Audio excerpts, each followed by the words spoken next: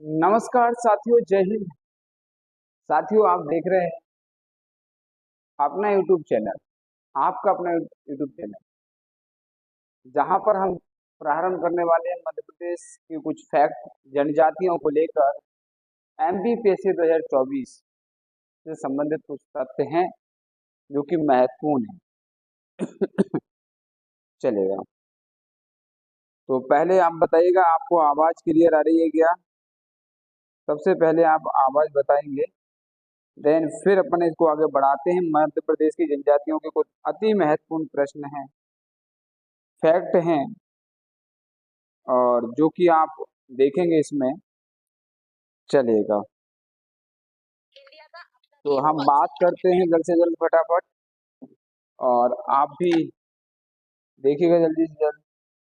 तो देख रहे हैं हम, मध्य प्रदेश की जनजातियां एमपीपीएससी टारगेटेड हैं।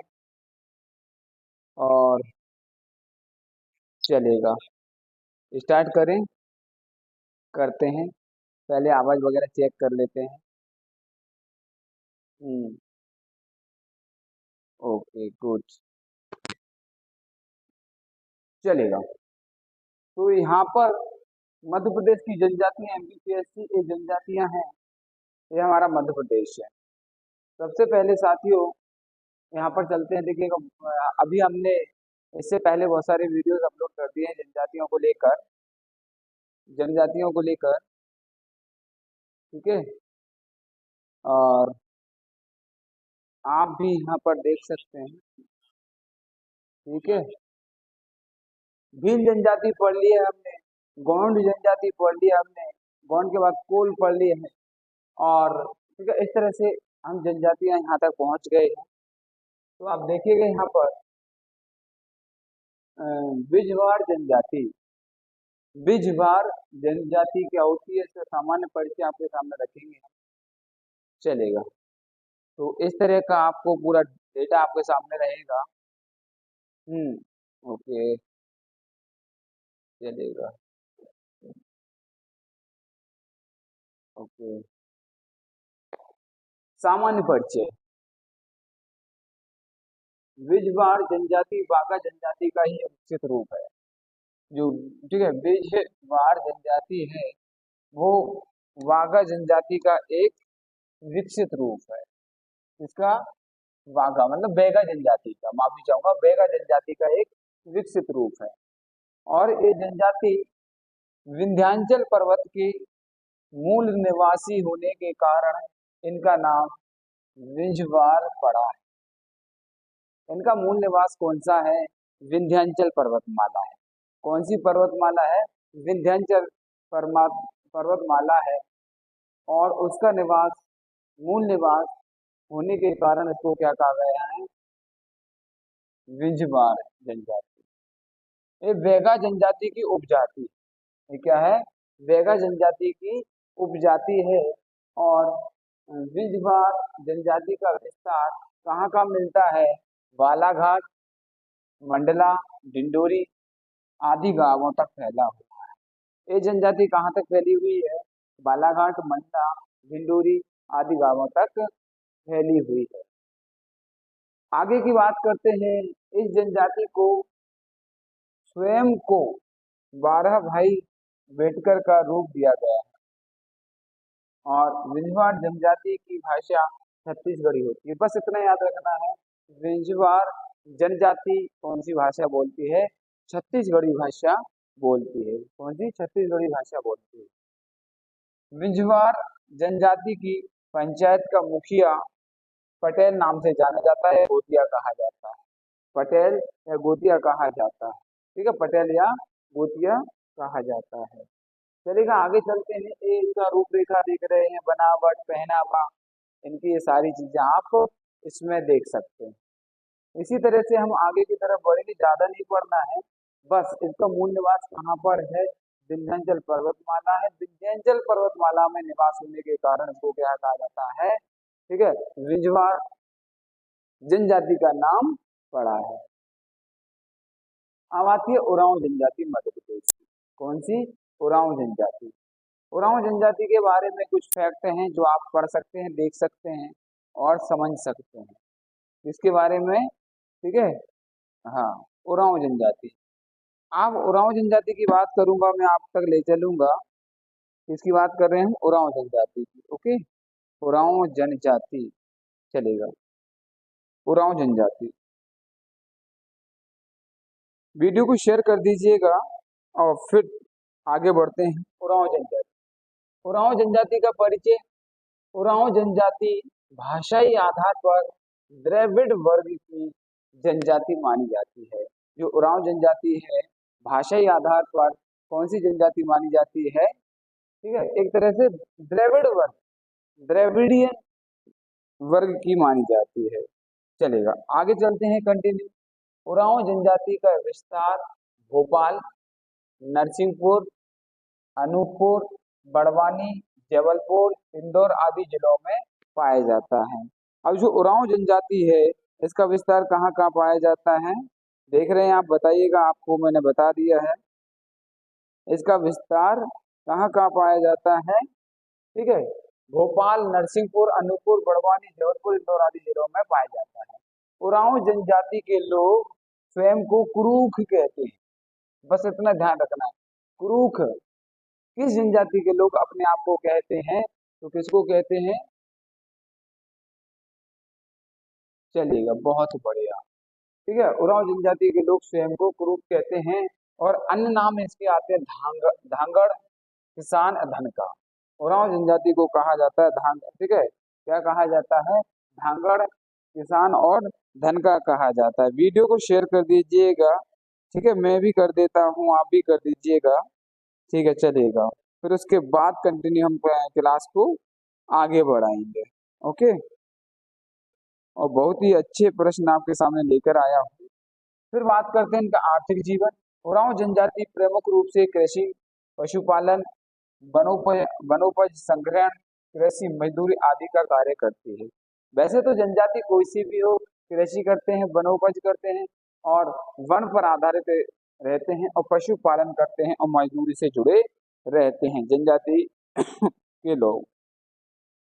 और इनके कम सीमित संसाधनों में अपना जीवन यापन करने के आदी होते हैं। ठीक है, चलेगा। कंटिन्यू, अब आगे हम बढ़ते हैं और जिस तरह से चलेगा। ओके, कंटिन्यू, आगे बढ़ते हैं। और इस तरह से पहनावा होता है। उरांव जनजाति का जो पहनावा देख रहे हैं आप, इस तरह का इनका पहनावा होता है। सामाजिक जीवन, सामाजिक जीवन। ओके, उरांव जनजाति के गांव का मुखिया महतो या पुजारी बैगा कहलाता है। अभी हमने पढ़ा था, कौन सी जनजाति पढ़ी थी? इससे पहले हमने बिंजवाड़ जनजाति पढ़ी थी। उसका जो मुखिया होता है, मुख्य व्यक्ति होता है, जो प्रधान होता है उस क्षेत्र का या उस रहवास के मूल निवास का, उसको क्या कहते थे? पटेल कहते थे। क्या कहते थे? पटेल कहते थे। लेकिन यहाँ पर क्या कहा गया है? उरांव जनजाति का जो मुखिया होता है उसको महतो या पुजारी कहा जाता है। समीपवर्ती ग्रामों को परहा के नाम से जाना जाता है। और जो समीपवर्ती के गांव होते हैं, आसपास का जो ढाना होता है, गांव होता है, उसको ये लोग क्या कहते हैं? तो ठीक है, परहा के नाम से जाना जाता है।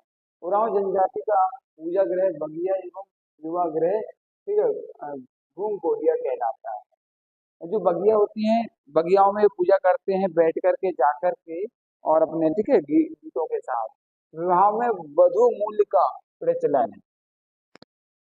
अब होता क्या है इसमें, जिनकी जो विवाह प्रथा होती है, विवाह की जो संस्कृति होती है, उसमें वधु का मूल्य, ठीक है, ज्यादा होता है। और इस जनजाति में विधवा विवाह, तलाक विवाह, बहु विवाह आदि प्रचलन में होते हैं। तो जो उरांव जनजाति है, वह वधु मूल्य का प्रचलन है विवाह के लिए। विधवा विवाह भी होता है, तलाक के बाद भी विधवा हो जाता है, बहु विवाह आदि प्रचलन। नृत्य कौन कौन से? सरहुल, घुड़िया, डंडा, कर्मा। इनके जो नृत्य हैं प्रमुख कौन कौन से हैं, आप देख सकते हैं। नृत्य सरहुल, घुड़िया, डंडा, कर्मा। अब आगे चलते हैं धार्मिक स्थल। प्रमुख देवता धर्मेश हैं, इनके प्रमुख देवता धर्मेश हैं और जिनकी स्थिति सूर्य के समान, धर्मेश को सूर्य के समान बताया गया है। और ये महादेव की पूजा की महत्ता होती है इनके लिए, महादेव की पूजा की महत्ता होती है, महादेव की पूजा की महत्ता होती है। चलेगा, आगे चलते हैं। कोरकू, किसकी बात कर रहे हैं? कोरकू। ये परीक्षा की दृष्टि से महत्वपूर्ण है, ये परीक्षा की दृष्टि से महत्वपूर्ण है कोरकू। परीक्षा की दृष्टि से क्या है? कोरकू महत्वपूर्ण है। सामान्य परिचय, सामान्य परिचय कोरकू। कोरकू का शाब्दिक अर्थ है मानवों का समूह, group of human, group of human. Korku जनजाति का जो सामान्य है, जनरल अर्थ है, आशय है, इसे क्या आशय समझते हैं हम? कोरकू मानवों का समूह। और ये कोरकू जनजाति देखिए, देख पा रहे हैं आप, इसमें कोरकू जनजाति आपको दिख रही होगी, ठीक है, ये कोरकू जनजाति है। ओके, कोरकू जनजाति। कॉलेरिन, यह मुंडा जनजाति समूह की जनजाति, कॉलेरियन भी कहते हैं, कॉलेरियन भी कहते हैं, कॉलेरियन या मुंडा, मुंडा जनजाति समूह की जनजाति है। तो कॉलेरियन में भी आता है इनका, ठीक है, कुछ वो उपजाति है, वो मुंडा भी आती है। कोरकू जनजाति का मूल निवास स्थान बैतूल जिला है। सबसे ज्यादा इम्पोर्टेंट है, आपको एक ही चीज लगानी है कि कोरकू जनजाति का निवास स्थान किस जिले में है? बैतूल। बैतूल में सर्वाधिक बहुलता के साथ या अधिक, ठीक है, का निवास स्थान है कहाँ पर? बैतूल। कोरकू जनजाति का विदा, ठीक है, विदा स्थान बल होशंगाबाद जिलों में पाया जाता है। तो जो कोरकू जनजाति है, विधि स्थान जल बल कहाँ पर होता है? होशंगाबाद में पाया जाता है। मूल निवास बैतूल में, बस इतना याद रखना और कुछ भी याद रखना है। कोरकुओं के निवास क्षेत्र जो आमने सामने बने होते हैं उनको ढाना कहते हैं। जो कोरकू रहते हैं, ठीक है, जो आमने सामने उनके क्षेत्र होते हैं, ऐसे ये एक कोरकू बहुत सारे यहाँ पर रहते हैं, ठीक है, यहाँ पर रहते हैं, और जहाँ पर कोरकू रहते हैं उनको क्या कहते हैं? ढाना कहते हैं। इनके क्षेत्र को ढाना कहते हैं। एक इम्पोर्टेंट है, कोरकू कहाँ पर रहते हैं? बैतूल में है इनका मूल निवास। ए, ठीक है, ये ध्यान रखना है। और कोरकू क्या कॉलेरियन और मुंडा जनजाति से ही संबंध रखती है। चलिए, उपजातियां, कोरकू की उपजातियां, कोरकू की उपजातियां, ओके, कोरकू की उपजातियां। राजकोरकू, पौथरिया कोरकू, विंध्य क्षेत्र पर निवास, ठीक है। और बैतूल, बैतूल जो है हमारा विंध्य क्षेत्र आता है, और विंध्य क्षेत्र में ही इनका निवास है, ठीक है, विंध्य क्षेत्र में इनका निवास है। चलेगा, बावरिया, क्या?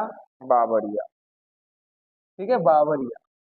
बैतूल के भैंसदेही पठार के कोरकू बावरिया कहलाते हैं। अब बैतूल में एक भैंसदेही जगह है, भैंसदेही क्या है? यहाँ के पठार है, भैंसदेही का पठार, और यहाँ के जो कोरकू हैं उनको क्या कहते हैं? तावरिया कहते हैं।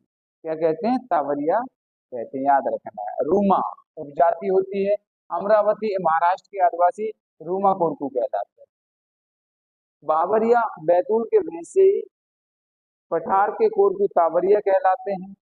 महाराष्ट्र अमरावती के आदिवासी रूमा कोरकू कहलाते हैं। जो अमरावती है महाराष्ट्र में, और वहां के जो कोरकू होते हैं, आदिवासी होते हैं, उनको रूमा कोरकू कहलाते हैं। वंदोरिया, पचमढ़ी और चमोली क्षेत्र के रहने वाले कोरकू वंदोरिया कहलाते हैं। अब कुछ कोरकुओं की उपजातियां हैं, कुछ आदिवासी समूह हैं, वो कहाँ रहते हैं? पचमढ़ी चमोली क्षेत्र में रहते हैं, तो उनको बंदोरिया कोरकू कहते हैं। जो महाराष्ट्र अमरावती के क्षेत्र में रहते हैं उन आदिवासियों को रूमा कोरकू कहते हैं, और जो बैतूल के वेगे पठार में रहते हैं बावरिया कोरकू या तावरिया कोरकू के नाम से जाना जाता है, या इनको जानते हैं, ठीक है। चलेगा, इस तरह की इनका वो दिया हो, रूपरेखा दी हुई है, आप देख सकते हैं। सामाजिक धार्मिक, सिंपल, ज्यादा नहीं बताएंगे आपको, बस परीक्षा की दृष्टि से इंपोर्टेंट चीजों पर हम डिस्कस करेंगे। सामाजिक जीवन एवं धार्मिक जीवन। कोरकू जनजाति के व्यक्तियों की शारीरिक बनावटों में गोल चेहरे होते हैं, छोटी आंखें होती हैं, उठे हुए, ठीक है, गाल होते हैं, उठे हुए गाल हो गए हैं, ठीक है, गोल चेहरे होते हैं, छोटी आंखें होती हैं, तो इनकी जो बनावट होती है आप देख सकते हैं चित्र में, देखिएगा, छोटी आंखें हैं, गोल चेहरे हैं, ठीक है, उठा हुआ गाल, इनके गाल उठे हुए होते हैं, आंखें छोटी छोटी होती हैं, ठीक है, ये रहते हैं। कोरकू जनजाति की हिंदू धर्म में आस्था होती है। कौन से धर्म में आस्था होती है इनकी? हिंदू धर्म में आस्था होती है, जिस कारण ये धोयबली, जिरोली, पाला आदि त्योहारों के अतिरिक्त होली, दीपावली, होली, दीपावली, दशहरा भी मनाते हैं। अब हिंदू धर्म की आस्था होती है इनके अंदर, और ये हिंदुओं के सभी धर्म जैसे अपना होली, दिवाली, दशहरा और दोरबली, दिरोली, पाला आदि मनाते हैं। कोरकू जनजाति में चार प्रकार के विवाह प्रचलन में होते हैं। कितने? चार प्रकार के विवाह प्रचलन में होते हैं। चलिएगा, बात करते हैं कौन कौन से। लमसेना विवाह, चिथौड़ा विवाह, राजी बाजी विवाह, विधवा व तलाक विवाह। ये आपको याद रखना है कि ये विवाह कौन सी जनजाति से संबंधित है। लमसेना विवाह, चिथौड़ा विवाह और राजी बाजी विवाह और विधवा विवाह, ये आपको ध्यान रखना है। चार विवाह प्रणाली इसमें या प्रथा प्रचलित है। ज्यादा कुछ नहीं, लमसेना, चिथौड़ा, राजी बाजी विवाह, तलाक विधवा, ये आप याद रख लेना। सामाजिक धार्मिक, सामाजिक धार्मिक, कोरकू महादेव, कोरकू महादेव व रावण की पूजा करते हैं। महादेव और रावण की पूजा करते हैं। दिवाली की रात कोरकू इसलिए घरों की दीवारों पर लाल मिट्टी व खड़िया से, ठीक है, गुड्डा नया नामक मांगलिक चित्र बनाती हैं। कोरकू जनजाति के पुरुष धोती कुर्ता एवं महिलाएं रंग बिरंगी धोती कुर्ता पहनते हैं, वो रंग बिरंगी साड़ी पहनते हैं, गोदना बनवाते हैं। महिला पीतल, तांबे और चांदी के आभूषण पहनते हैं। ये पीतल, चांदी, तांबे के आभूषण पहनती हैं, रंग बिरंगी साड़ियां पहनती हैं, गोदना बुनवाती हैं और वे धोती कुर्ता पहनते हैं। कौन? जो हमारे पुरुष होते हैं, देव। और देवी देवता, खेड़ा देव, मुठवा देव, बागदेव, रावण, मेघनाथ, आखड़ी देव, बैल कुंड मना, कुंड माई, इस तरह के इनके देवी देवता होते हैं। कुल देवता महादेव, सिरटो, इठा मठा देव, कोठा भोमेश, दियसरी देवी। डाकिन राक्षसी की पूजा की जाती है। एक और होता है इसमें डाकिन राक्षसी, इसकी पूजा भी ये लोग बड़े ही, ठीक है, मन से, मनोभाव से ये लोग करते हैं। ठीक है, बड़े मनोभाव से करते हैं, आप देख सकते हैं। ठीक है,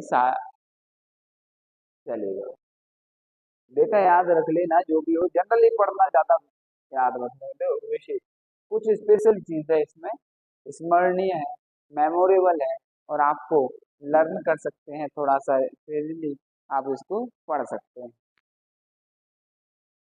कूका मछली पकड़ने का एक विशेष संयंत्र जिसका जिसका कोरकुओं द्वारा प्रयोग किया जाता है। ठीक है, हरी जिरोती कोरका जनजाति द्वारा बैलों की पूजा का त्योहार मनाया जाता है, जो हरी जिरोती कहलाते हैं। शिडोली प्रथा, कोरकू समुदाय अपने मृतकों को पितृ देवता की तरह मानते हैं, और जो, ठीक है, मानते हैं। इसमें लकड़ी के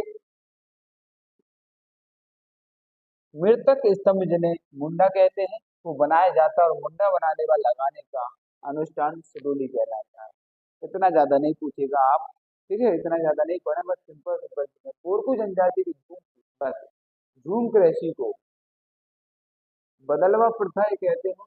बदलवा झूम कृषि होती है कि स्थान परिवर्तन करना, ठीक है, शिफ्टिंग एग्रीकल्चर कहा जाता है इस कृषि को।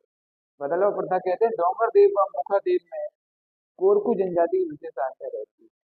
कोरकू समुदाय गोत्र चिन्ह टोडम से बना होता है। मत इतना मत पढ़िएगा, बस ये बता रहा था। कुछ तथ्य हैं इम्पोर्टेंट। कोरकू जनजाति का मुख्य नृत्य, ये इम्पोर्टेंट है, ढाडल और थापटी है। राज कोरकू भूस्वामी होते हैं। जो राज कोरकू होते हैं वो कैसे? भूस्वामी होते हैं, जमींदार होते हैं। ठीक है, राज कोरकू। चलो, अब आते हैं अगरिया। इसकी बात करते हैं अगरिया। अगरिया हमने पढ़ा चुके हैं, फिर भी हम कुछ चीजें यहाँ पर रह गई थी, तो इसमें हम अगरिया आपके सामने लेकर के आते हैं। अगरिया परिचय। ये गोंड जनजाति की एक उपजाति है। अगरिया क्या है? एक गोंड जनजाति की उपजाति है। अगरिया जनजाति का विस्तार सीधी, सिंगरौली, अनूपपुर, शहडोल, उमरिया जिलों में। अगरिया जनजाति का विस्तार कहाँ पर है? अभी मैंने कोरकू बताया था आपको, कहाँ? ठीक है, बता सकते हैं आप, बैतूल में। सीधी, सिंगरौली, अनूपपुर, शहडोल, उमरिया जिलों में है अगरिया। उपजातियां पथरिया अगरिया, खुदिया अगरिया, बस दो। एक पथरिया अगरिया होते हैं और दूसरे खुटिया अगरिया होते हैं। अगरिया उपजातियां दो तरह की होती है, एक पथरिया अगरिया होते हैं और दूसरे खुदिया अगरिया होते हैं। ठीक है। आर्थिक जीवन कुछ भी ज्यादा नहीं आएगा, आर्थिक जीवन से बस यहीं पर आएगा। अगरिया जनजाति का प्रमुख कार्य लोहे को पिघलाकर औजार बनाना है। आपने देखा होगा जगह जगह पर, कहीं पर जैसे लोहे को पिघला करके लोहे के औजार बनाते हैं, और पिघला औजार बनाते हैं, औजारों को पहना शार्प करते हैं। और जैसे आपने देखा होगा जगह जगह पर खुर्ची पलटे टाइप से, या गेंती फावड़ा वगैरह, इनको कुल्हाड़ी वगैरह, इनको शार्प करते हैं और लोहे को पिघला करके लोहे के औजार बनाते हैं अगरिया। इनके देवता, अगरिया जनजाति के प्रमुख देवता लोहासुर है। लोहासुर कौन से होते हैं? लोहासुर। बस एक पूछा गया है, आईएमपी प्रश्न है, लोहासुर किसके देवता हैं? अगरिया जनजाति के। ये लोहे को पिघला करके लोहे के औजार बनाते हैं, इसलिए लोहासुर को ज्यादा पूछते हैं। इनका निवास स्थान धधकती हुई भट्टी को माना जाता है। ठीक है। आपको पता होगा ये उस जगह पर रहते हैं, वहीं पर ये भट्टी लगाते हैं, भट्टी में लोहे को पिघलाते हैं और वहीं पर, ठीक है, हथौड़ी से या बड़े बड़े, ठीक है, बड़े बड़े हथौड़े होते हैं, उनसे लोहे को पीटते हैं और औजार में बदलते हैं और ये लोहे का काम करते हैं। इसलिए इनका देवता कौन होता है? लोहासुर। बस इतना रखना। दो तरह के अगरिया होते हैं, पथरिया अगरिया और एक खुदिया अगरिया। देखो ये बिल्कुल कहीं, बिल्कुल देख सकते हैं आप इनको। कंटिन्यू चलेगा। अगरिया हो गए हैं, आप देख लेते हैं विशेष, इनके बारे में थोड़ा सा हम कुछ डिटेल में पढ़ सकते हैं। ठीक है, चलिए। उड़द दाल को शुभ मानते हैं, जो अगरिया होते हैं उड़द दाल को शुभ मानते हैं। उड़द दाल का संकेत है, शुभ मानते हैं। और अगरिया जनजाति में बड़ी शिल्प कुछ लेख है। ये क्या होता है? जब अपना, ठीक है, वर पक्ष जब शादी करता है तो वधु पक्ष को क्या कहते हैं? पैसे देते हैं या वो दहेज देते हैं या उनका खर्च उठाते हैं। इस तरह से वधु शुल्क कहा जाता है। मांसाहार के रूप में सुअर का मांस पसंद करते हैं। ये क्या करते हैं? अगर यह सुअर का मांस ज्यादा खाना पसंद करते हैं। लोहे शिल्प निर्माण कला में निपुण होते हैं। ये लोहे शिल्प है, लोहे की कला में और तरह तरह के, तमाम तरह के औजार बनाने में निपुण होते हैं, एक्सपर्ट होते हैं। और ठीक है, अगर ये जनजाति गौड़ जनजाति की उपजाति है, इम्पोर्टेंट था। सांस्कृतिक धार्मिक विशेषता गौड़ जनजाति से मेल खाती है। बस ये था। पारधी। अब आते हैं पारधी। पारधी एक जनजाति है, पारधी। ठीक है, पारधी। अब पारधी की बात करेंगे हम। देखना आपके सामने है सब कुछ। नंबर एक, पारधी का शाब्दिक अर्थ मराठी। ठीक है, शाब्दिक अर्थ मराठी भाषा के शब्द पारथ। पारधी, पारधी का कैसे नाम पड़ा है? मराठी, मराठी भाषा का शब्द पारथ का तद्भव रूप है और जिसका अर्थ आखेट होता है। क्या होता है जिसका अर्थ? आखेट। और पारधी जनजाति का विस्तार रायसेन, सीहोर, भोपाल। पारधी जनजाति मध्य प्रदेश के 3 जिलों में विस्तार है, मूल निवास है का रायसेन, सीहोर और भोपाल। रायसेन सीहोर के आसपास के क्षेत्रों में पारधी जनजाति निवास करती है। पारधी जनजाति निवास करती है। ओके, पारधी जनजाति निवास करती है, पारधी जनजाति निवास करती है। ओके, चलिएगा। हाँ, कंटिन्यू करते हैं। पारधी जनजाति निवास करती है। पारधी शिकार करने के लिए जाल का प्रयोग करते हैं, जबकि भील पारधी बंदूक का प्रयोग करते हैं। अब जो पारधी जनजाति होती है वो शिकार करने के लिए क्या करते हैं कि जाल बनाते हैं, जाल में अपने शिकार को फंसाते हैं। और भील जनजाति क्या करती है? बंदूक से अपना शिकार करती है और जंगलों में जाकर के, वनों में जाकर के शिकार करके अपना भोजन के लिए इस तरह की चीजें करना इनका एक तरह से वो उसमें आता है, प्रचलन में होता है। चलेगा, अब आगे चलते हैं। कंटिन्यू। उपजाति, उपजाति। लेकिन हाँ, एक चीज ध्यान रखना, फिर रिपीट करूंगा। पारधी जनजाति शिकार करने के लिए जाल का प्रयोग करती है, और भील जनजाति शिकार करने के लिए बंदूक का प्रयोग करती है। किसका प्रयोग करती है? बंदूक का प्रयोग करती है। उपजातियां। गुसा गुसाई पारधी। कौन से पारधी? गुसाई पारधी होते हैं। क्योंकि इस बार जनजाति वाला चैप्टर 10 नंबर का है, यूनिट 10 है, थोड़ा डिटेल में पूछेगा, इसलिए आपको इस पर ध्यान देना है। तो गुसाई पारधी गैरिक वस्त्र, गेरुआ गैरिक वस्त्र धारण करते हैं, हिरण का शिकार करते हैं। जो गुसाई पारधी होते हैं वो हिरण का शिकार करते हैं। चीता पारधी, इनकी जाति विख्यात थी। चीता पारधी चीताओं को पालक बनाना, शिकार हेतु प्रशिक्षण देना था। तो ये चीता को, ठीक है, तेंदुए, इस तरह की चीजों का पालन करते हैं और उनको प्रशिक्षण देते हैं। फिर होते हैं लंगोटी पारधी। वस्त्र के रूप में केवल एक लंगोटी धारण करते हैं। लंगोटी पारधी वस्त्र के रूप में लंगोटी धारण करते हैं। चीता पारधी विश्वविख्यात है। चीते या पारधी चीताओं को पालक बनाते हैं, शिकारी को प्रशिक्षण भी देते हैं। गुसाई पारधी गैरिक वस्त्र धारण करते हैं, हिरण का शिकार करते हैं। गुसाई पारधी हिरण का शिकार, चीता पारधी चीते को पालते हैं और उसको प्रशिक्षण देते हैं। लंगोटी पारधी वस्त्र के रूप में केवल लंगोटी धारण करते हैं। फिर बंदर वाला पारधी, बंदर नचाने वाला होता है। तुमने देखा हुआ जगह जगह पर बंदर लेकर आते हैं, बंदर से खेल करवाते हैं, सर्कस टाइप से कुछ करवाते हैं, वो बंदर पारधी होते हैं। फांस पारधी शिकार को जालों में फंसाकर पकड़ते हैं, फांसते हैं। शीशी का तेल वाले पारधी मगरमच्छ आदि का तेल निकालने वाले पारधी, तो वो शीशी का तेल कहलाता है। इस तरह के पारधियों की उपजातियां, उपजनजातियां होती हैं, उपजातियां होती हैं। तो इनके नाम के आधार पर ये आप देख सकते हैं, नाम के आधार पर आप सब चीजें देख सकते हैं। ये देख रहे हैं, ये बंदर बंदर पारधी हो गए, ठीक है, ये बंदर पारधी हो गए। ये आप देख रहे हैं मछली मछली का हिरण, हिरण का शिकार गोसाई पारधी हो गए। ये चीते का करते हैं, चीता पारधी हो गए। लंगोटी लंगोट लगा करके हैं, ये बंदर पारधी। इस तरह की इनका, ठीक है, वर्गीकरण, क्लासिफिकेशन। उपजातियां, उपजाति चल रही है, देखो। टाकन कारवा टाकिया पारधी। पारधी जनजाति का कारगर वर्ग केवल काले रंग के कपड़े पहनना है, काले पक्षियों का शिकार करता है। कौन सा? टाकन पारधी। पारधियों के गोत्र राजपूतों से मिलते हैं। जो पारधी होते हैं उनके गोत्र कहीं ना कहीं राजपूतों से मिलते जुलते हैं। लंगोटी पारधी चांदी की देवी की प्रतिमा रखते थे।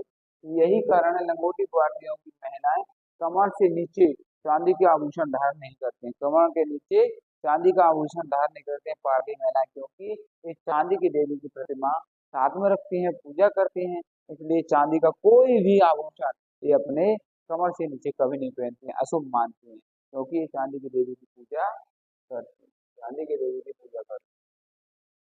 अब आता है खेरवाड़। कौन सी जनजाति है? खेरवाड़ जनजाति। अब आती है खेरवाड़ जनजाति। अब आती है खेरवाड़ जनजाति। अब आती है खेरवाड़ जनजाति। खैर वृक्ष से कत्था निकालने के कारण इस जनजाति को खेरवाड़ जनजाति कहा जाता है। वनों में खैर होता है जिसमें तेंदू पत्ते लगते हैं, खैर होता है, खैर। और उसमें आपको पता हुआ इसकी वो भी निकाली जाती है, इसका जो लकड़ी होती है बहुत मजबूत होती है खैर की लकड़ी, और जैसे चारपाई बनाने में काम आती है, और भी कई घरेलू उपयोग में आने वाली लकड़ी होती है। और खैर कत्था सबसे इम्पोर्टेंट है, इससे कत्था बनाया जाता है, और इसी कारण से इसको खैरवाड़ जनजाति कहा जाता है। ये मुंडा जनजाति समूह की प्रमुख जनजाति है, मुंडा से इनकी उपज है। खेरवाड़ जनजाति का विस्तार छतरपुर, छतरपुर, पन्ना, शहडोल, सतना, रीवा, सिंगरौली, उमरिया आदि में इसका मूल निवास है। यह जनजाति कैमूर पहाड़ी में स्थित खरियागढ़ को अपना मूल मूल स्थान मानते हैं खरियागढ़।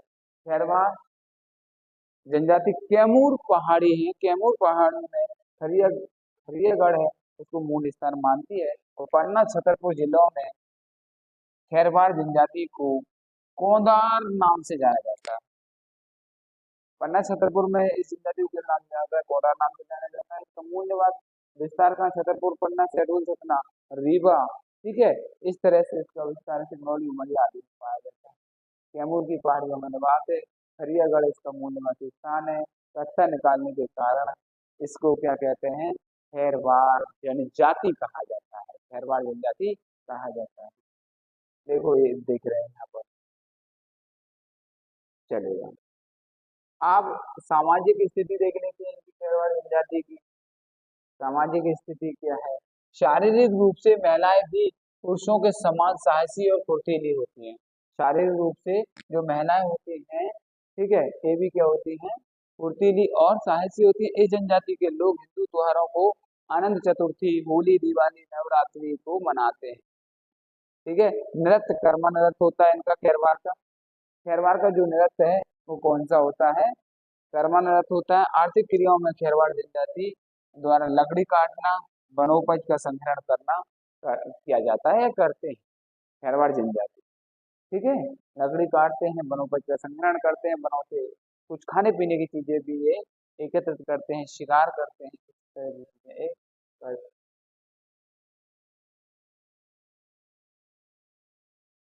सौर जनजाति, सौर जनजाति, सौर जनजाति का विस्तार सागर, टीकमगढ़, छतरपुर, पन्ना, रायसेन, दमोह आदि तक पाया जाता है। सौर जनजाति माँ भगवती की पूजा करती है। सौर जनजाति का विस्तार कहाँ पर है?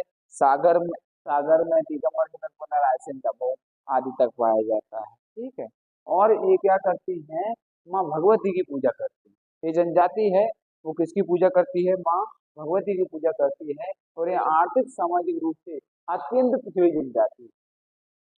सौर जनजाति है आर्थिक और सामाजिक रूप से अत्यंत पिछड़ी जनजाति, अत्यंत पिछड़ी जनजाति है। चलिए, मवासी जनजाति। मवासी जनजाति मध्य प्रदेश के छिंदवाड़ा, सतना, बैतूल जिलों में पाई जाती है। मवासी, छिंदवाड़ा, सतना, बैतूल, छिंदवाड़ा, सतना, बैतूल में मवासी जनजाति पाई जाती है। सतना जिले के मझगवा ब्लॉक में 12 मवासी गांव है। सतना जिले, ठीक है, ये मझगवा ब्लॉक में 12 क्या है? मवासी गांव है, 12 मवासी गांव है। और 2011 की जनगणना के अनुसार राज्य की जनजातीय संख्या का, जनजातीय, अगर जनजातीय संख्या की बात करें तो 0.71% मवासी जनजाति है। ओवरऑल जनजाति की बात करें तो 0.71% मवासी जनजाति, ठीक है। आगे चलते हैं अन्य जनजातियों के बारे में। कवार जनजाति, कवार जनजाति का शहडोल, अनूपपुर और कवार जनजाति मध्य प्रदेश की सबसे छोटी जनजाति है। सीधी सिंगरौली तक विस्तार पाया जाता है। कवार जनजाति में 8 उपवर्ग है, जिनमें से एक तवर है जो स्वयं को तोमर राजपूत मानते हैं। इसमें तवर आते हैं कवार जनजाति में जो अपने आप को तोमर से कंपेयर करते हैं। प्रधान जनजाति के लोग गौड़ शासकों के मंत्री थे एवं प्रशस्ति गायक हुआ करते थे। हलवा जनजाति बालाघाट में पाई जाती है। ये इंपोर्टेंट है, पूछा गया है कि हलवा जनजाति का मूल निवास कहाँ पर है? बालाघाट में। कहाँ पर है? बालाघाट में। कहाँ पर है? बालाघाट में। कोल जनजाति मध्य प्रदेश की तीसरी सबसे बड़ी जनजाति है। पहली है भील जनजाति, दूसरी है अपनी गौड़ जनजाति, तीसरी है अपनी कौन सी? कोल जनजाति। कौन सी है? कोल जनजाति। महर्षि पाणिनि के अनुसार कोल शब्द कुल से निकलता है, जिसका अर्थ समस्त होता है या कोलरियन जनजाति की एक शाखा है। कोल जनजाति। अब देखो यहाँ पर क्या कह रहा है? कोल जनजाति। कोल शब्द कुल से निकलता है, जिसका समस्त, सभी या कुल या टोटल कोलेरियन जनजाति की एक शाखा है। कोल जनजाति क्या है? ब्रांच ऑफ कोलेरियन, ठीक है, जो कास्ट है। कोल अपना मूल निवास रीवा के बद्री राजा क्षेत्र के कुराली नामक स्थान को मानते हैं।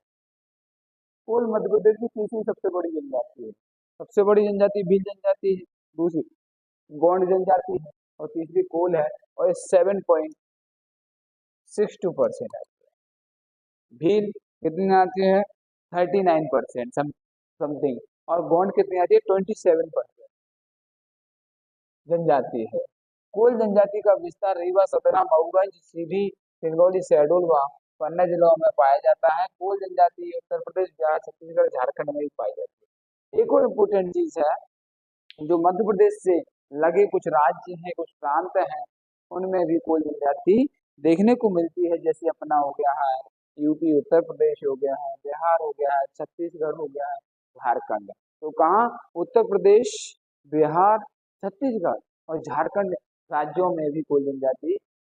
कोल अपना संबंध माता शबरी से मानते हैं, और जो माता शबरी के बेर हमारे मर्यादा पुरुषोत्तम श्री राम ने खाए थे झूठे हुए, तो कोल जनजाति अपने आप को सबरी माता के कुल के मानते हैं और संबंध मानते हैं।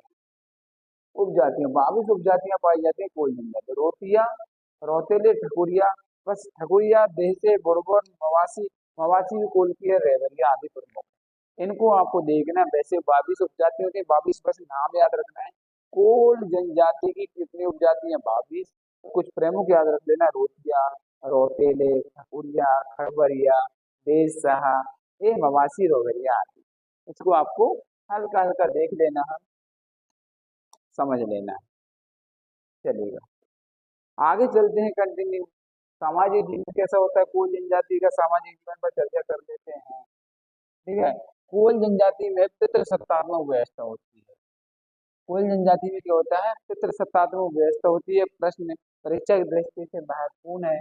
कोल समाज के उप समूहों को कुरही कहा जाता है, और कोल जनजाति के विवाहों में क्षेत्र बहिर्विवाह नियम का पालन हुआ है, जिस कारण विवाह दूसरे गांव से कुरही में होता है।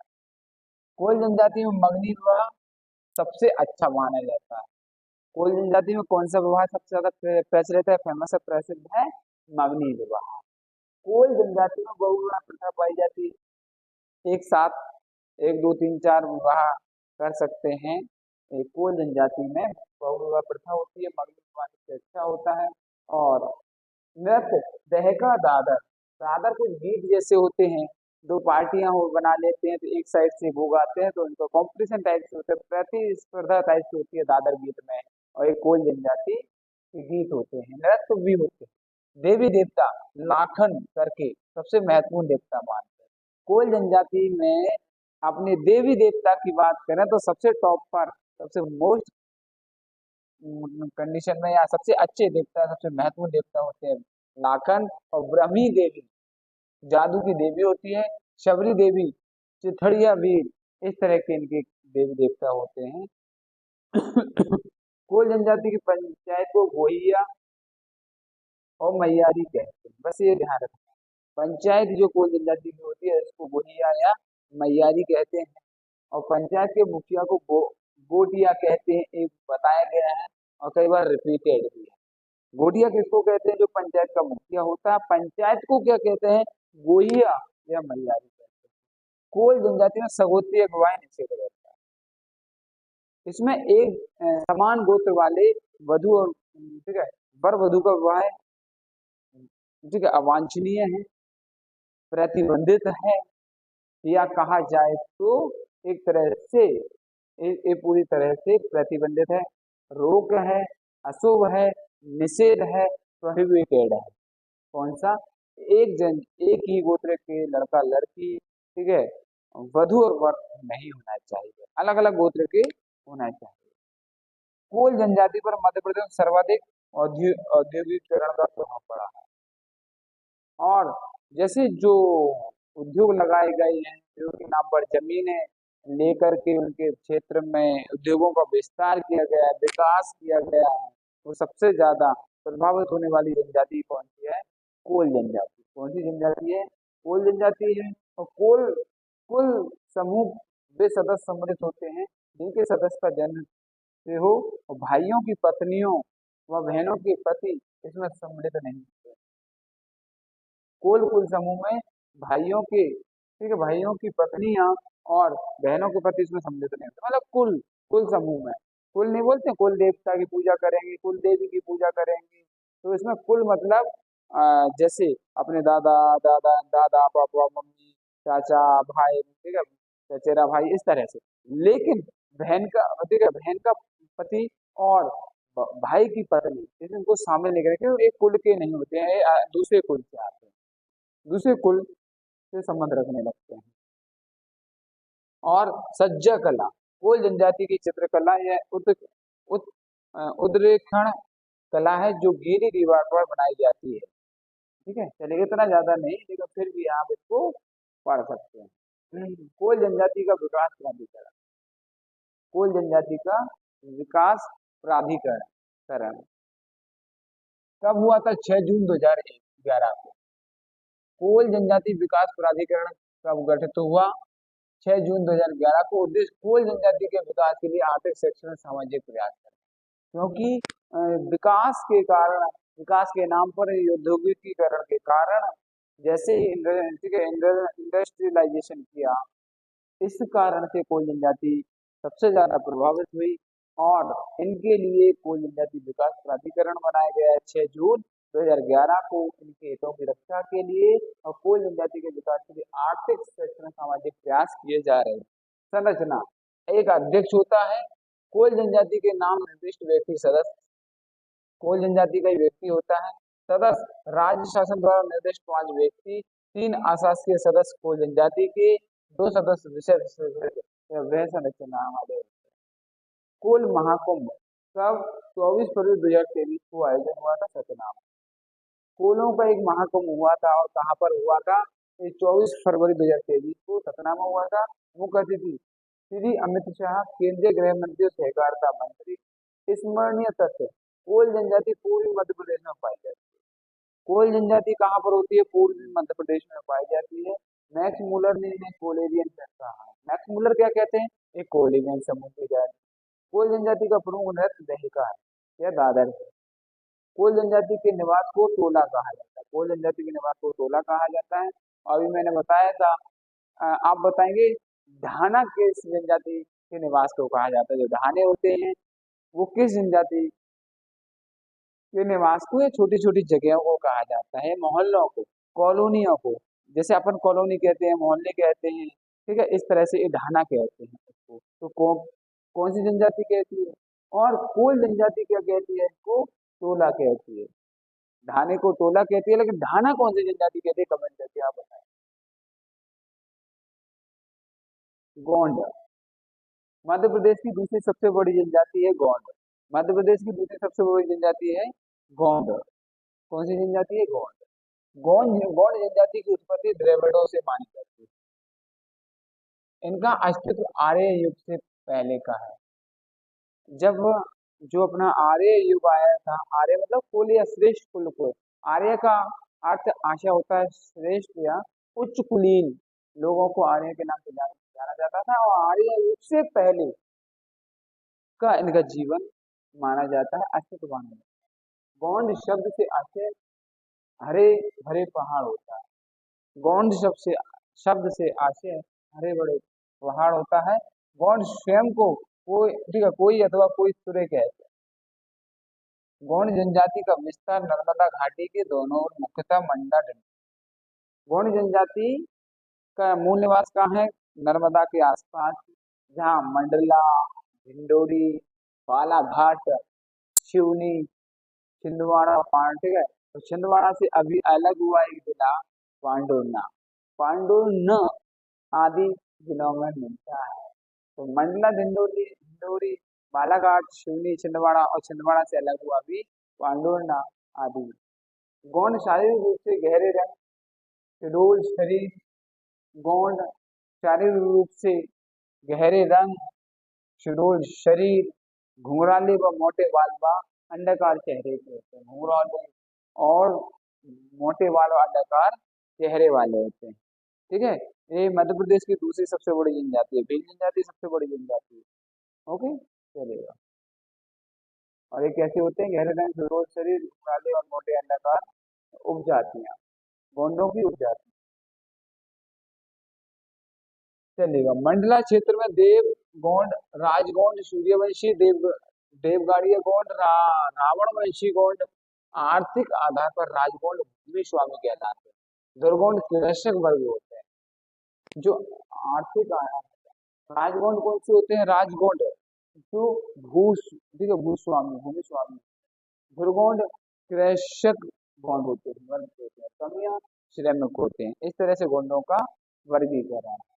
जो भूमि स्वामी होते हैं वो राजगोंड होते हैं, जो कृषक वर्ग होते हैं वो दुर्गोंड गोंड होते हैं। कमियां श्रमिक होते हैं। व्यवसायिक के क्षेत्र के आधार पर आगे दिया, लोहे का काम करने वाला प्रधान, पुजारी का काम करने वाला प्रधान कह सकते हो, ओझा तांत्रिक क्रिया करने वाला, कोलाई भूतिश नृत्य गान करने वाला, तो नहा लकड़ी का कार्य, बड़े का कार्य करने वाले होते हैं। ठीक है। सामाजिक जीवन, गौण जनजाति में विवाह पद्धति अविकसित अवस्था में, परिवार पितृसत्तात्मक होता है, संयुक्त व्यक्तिगत परिवार की प्रथा है।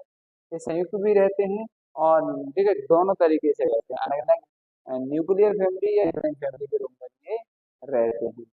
विवाह के प्रकार, दूध लौटावा विवाह इम्पोर्टेंट है। दूध लौटावा विवाह क्या होता है? मामा बुआ की लड़की से विवाह कर लेते हैं। दूध को लौटावा मतलब किसी को अपनी बेटी देते हैं तो उससे अपने बेटे के लिए बेटी ले सकते हैं मामा बुआ, इनसे विवाह के प्रचलन है। लवानाई विवाह सेवा विवाह कहलाता है। लवानाई विवाह सेवा विवाह कहलाता है। इसमें क्या होता है? अपने दामाद को या ठीक है अपनी लड़की के पति को, जो दामाद होता है उसको घर बुला करके और उसे सेवा करवाते हैं, तो सेवा विवाह कहलाता है। पोली पोली ठीक है पोलिलियर पोलियर विवाह अपहरण विवाह, और ये क्या करते हैं? अपहरण करके भी विवाह करने की प्रथा होती है। चढ़ विवाह सर्वाधिक प्रचलित है। चढ़ विवाह इस तरह के इनके विवाह प्रचलित होते हैं और अति महत्वपूर्ण होते हैं। प्रमुख नृत्य इनके आप देख रहे हैं यहाँ पर। प्रमुख नृत्य कर्मा, कर्मा गिनीज बुक में शामिल है। सैला, भड़ौनी, पहरवा, सजी सजती, सुआ, अहवाल, तो ही दीवानी। तो कर्मा आपको ध्यान रखना है। जो अपनी गौंड जनजाति है उनका प्रमुख जो नृत्य क्या है? कर्मा। गिनीज वर्ल्ड बुक में इसका नाम दर्ज है। सैला, भड़ौनी, कहरवा, सजदी, सुआ आदि ये रहते हैं। मृत्यु के अवसर पर ठीक है खोल पाता नामक मृत्यु गीत गाते हैं। खान पान में कोदो कुटकी से बनी रावड़ी गोदाला, कोदो के आटे की रोटी, वो बहुत ही चाव से, बड़े ही आनंदित भाव से इसको खाते हैं और बड़े मन मस्त होकर के इसमें ठीक है बिल्कुल एक तरह से लीन रहते हैं और रात्रि में चावल खाना पसंद करते हैं। उससे मड़ई, नारू काज, नवाखानी, जावड़ा, छेरता, धार्मिक जीवन। ठीक है। इनकी जो रिलीजियस लाइफ होती है वो कैसी होती है? गोंडों के प्रमुख देवी देवता 12 देव, अन्य देवताओं में ठाकुर देव, दूल्हा देव, सूरज देव, खैर माता होते हैं। गौंड जनजाति के लोग अधिकांशतः हिंदू देवी देवताओं को मानते हैं। गौंड जनजाति के लोग मृत्यु की अवधारणा को एक दानव के जादुई कर्म के रूप में मानते हैं और पुजारी को देवी कहते हैं। पुजारी को क्या कहते हैं? देवी, देवरी कहा जाता है। ये गौंड जनजाति है। और गौंड जनजाति मध्य प्रदेश की दूसरी सबसे बड़ी जनजाति है। भील जनजाति मध्य प्रदेश की पहली सबसे बड़ी जनजाति, सबसे बड़ी जनजाति है। जल्दी फटाफट इसको और समझने। आर्थिक जीवन, गौंड जनजाति का मुख्य व्यवसाय कृषि है। ये हल को प्रतीक मानते हैं। कृषि के अलावा ठीक है वनोपज, कृषि मजदूरी का कार्य भी करते हैं। और गौंड जनजाति द्वारा की जाने वाली कृषि को बारी बारी कहा जाता है। गौंड जनजाति जो कृषि करती है उसको बारी कहते हैं। बारी बारी में छोटी छोटी जगहों पर छोटे छोटे मतलब सब्जी वगैरह लगाना, खेती करना, उसको बारी कहते हैं। और देखो वनोपज कृषि मजदूरी का कार्य भी करते हैं। देखिए गौंड जनजाति में गांव के समूह को मिलाकर एक पंचायत बनती है, बनाते हैं। मुखिया मुकद्दम या मंडल पटेल कहलाता है। घोटुल प्रथा, अब इसमें घोटुल प्रथा होती है। पंचायत की बात गई। इसके अंतर्गत विवाह से पूर्व युवक युवतियों को यौन शिक्षा प्रदान की जाती है। इम्पोर्टेंट है। घोटुल प्रथा का मतलब होता है ये ऐसी जनजाति है जो बड़े ही विकसित जनजाति कह सकते हैं। इस क्षेत्र में यौन शिक्षा देते हैं। यौन शिक्षा से संबंधित अपने युवक युवतियों को, लड़के लड़कियों को, अपने बालक बालिकाओं को ये यौन शिक्षा बता देते हैं बचपन में। इसलिए ये इस चीज से वो परिचित हो जाते हैं, शिक्षित हो जाते हैं, और उनमें काफी अच्छी समझ होती है यौन शिक्षा से संबंधित। घोटुल प्रथा कहते हैं इसको। घोटुल प्रथा क्या है? गौण जनजाति के लोग अपने युवक युवतियों को, अपने बालक बालिकाओं को, बच्चे बच्चियों को जो यौन शिक्षा देते हैं, यौन शिक्षा से संबंधित ज्ञान देते हैं, जानकारी देते हैं, उसको घोटुल प्रथा कहते हैं। गौंड महिलाओं द्वारा किए गए भित्ति अलंकरण को नोहे डोरा कहा जाता है। अब जो गौंड महिलाएं होती हैं, दीवारें होती हैं, जो अपने घरों की दीवार होती हैं, ठीक है, उन दीवारों पर क्या करती हैं? वो भित्ति कलाकारी करती हैं, चित्र बनाती हैं, चित्र उकेरती हैं, अलंकृत करती हैं भित्ति, तो उसको नोह डोरा कहा जाता है। क्या कहते हैं? नोह डोरा कहा जाता है। मड़ई गोंडों का सांस्कृतिक मेला है, और गोंड अपने अतिथि गृह को बंगला कहते हैं। और जहाँ पर अतिथि आते हैं, अतिथि रुकते हैं, मेहमान आते हैं, अपने रिश्तेदार आते हैं, उन उस गृह को, उस स्थान को, उस जगह को तो क्या कहते हैं? अतिथि गृह कहते हैं। अतिथि गृह कहते हैं। भील। अब आगे भील पढ़ चुके हैं, फिर भी हम एक बार थोड़ा समझ लेते हैं। भील जनजाति मध्य प्रदेश की सबसे बड़ी जनजाति है, चलेगा। भील शब्द द्रविड़ भाषा के भील शब्द से बना है। भील जनजाति एक है हमारी, से बना है, जिसका अर्थ धनुष होता है। भील का मतलब धनुष होता है।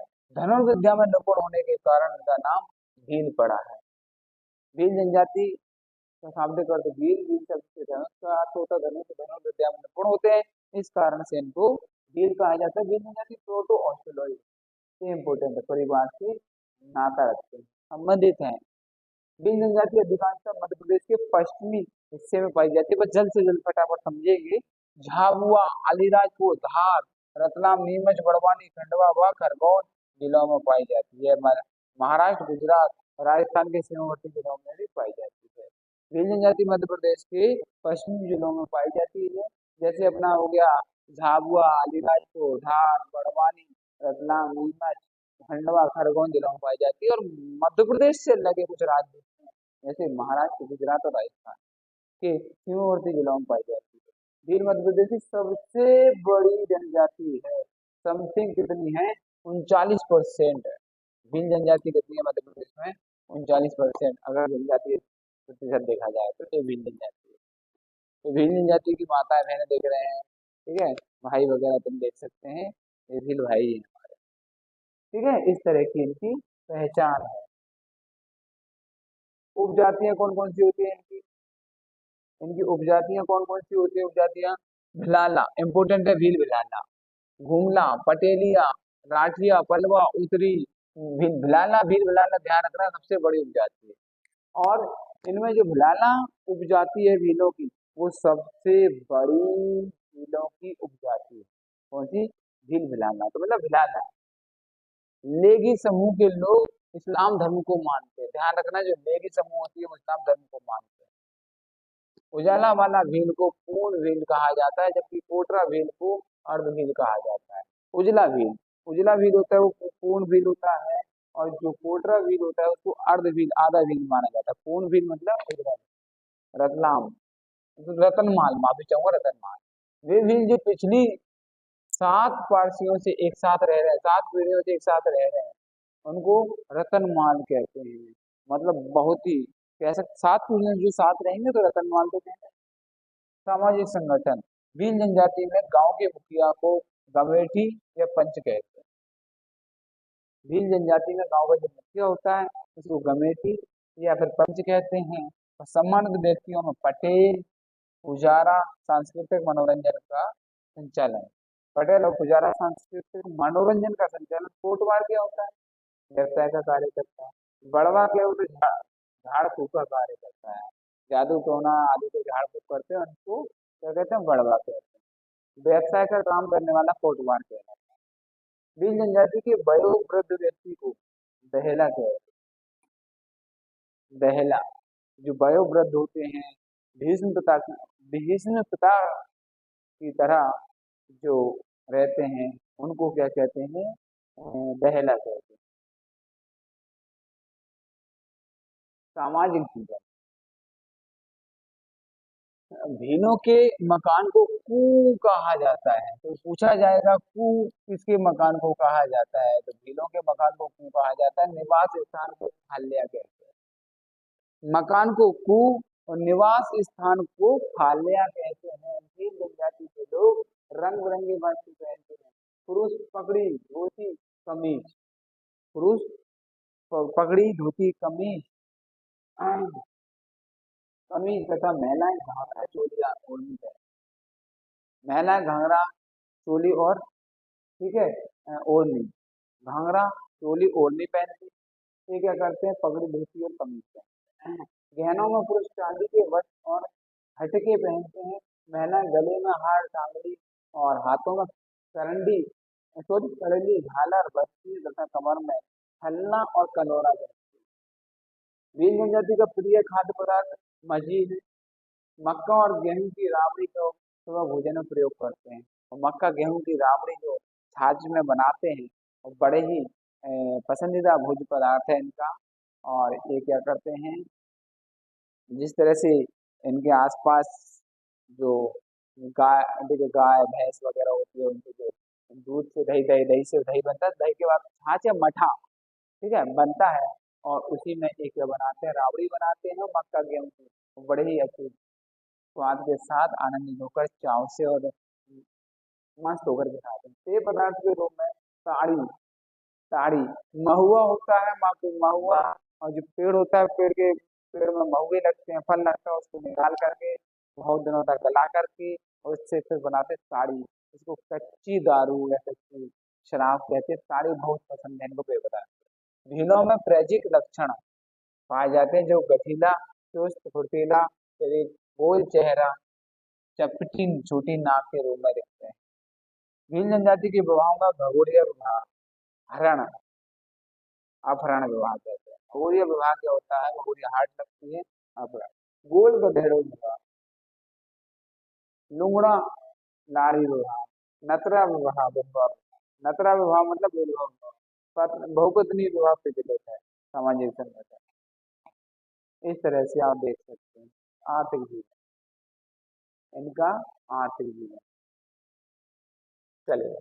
आर्थिक जीवन, भील जनजाति द्वारा वनोपज संग्रह, पशुपालन, ताड़ी बेचना, पोल्ट्री उत्पादन, पारिवारिक वस्त्र निर्माण आदि का कार्य किया जाता है। भील द्वारा की जाने वाली कृषि को चमाता का, इनका आर्थिक जीवन।